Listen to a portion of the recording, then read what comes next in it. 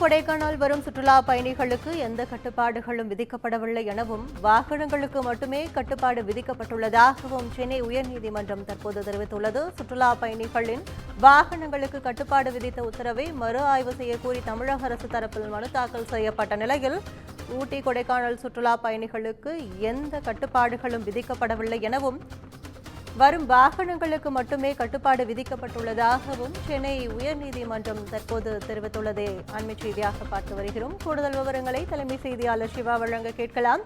வணக்கம் சிவா, இந்த சென்னை உயர்நீதிமன்றம் கருத்து குறித்த விரிவான விவரங்கள். ஊட்டி கொடைக்கானல் வரக்கூடிய சுற்றுலா பயணிகளுக்கு எந்த கட்டுப்பாடும் விதிக்கப்படவில்லை எனவும் வாகனங்களுக்கு மட்டுமே கட்டுப்பாடு விதிக்கப்பட்டுள்ளதாகவும் சென்னை உயர்நீதிமன்றத்தில் தமிழக அரசு தெரிவித்திருக்கிறது. ஊட்டி கொடைக்கானல் ஆகிய சுற்றுலா தலங்களுக்கு எத்தனை சுற்றுலா பயணிகளை அனுமதிக்கலாம் என்பது குறித்து சென்னை ஐஐடி மற்றும் பெங்களூரு ஐஐஎம் நிறுவனங்கள் ஆய்வு மேற்கொண்டு வருவதாகவும், இந்நிலையில கோடை விடுமுறையை முன்னிட்டு ஊட்டி மற்றும் கொடைக்கானலுக்கு சுற்றுலா பயணிகளுடைய வாகனங்களுக்கு கட்டுப்பாடு விதித்து நீதிபதிகள் சதீஷ்குமார் மற்றும் பரத சக்கரவர்த்தி ஆகியோர் அடங்கிய அமர்வு உத்தரவை பிறப்பித்திருந்தது. ஊட்டிக்கு வார நாட்கள்ல 6000 வாகனங்களையும் வார இறுதி நாட்கள்ல 8000 வாகனங்களை மட்டுமே அனுமதிக்க வேண்டும் என்றும், கொடைக்கானலில் வார நாட்களில் 4000 வாகனங்களையும் வார இறுதி நாட்கள்ல 6000 வாகனங்களை மட்டுமே அனுமதிக்க வேண்டும் என்றும் அந்த உத்தரவில் கூறப்பட்டிருக்கிறது.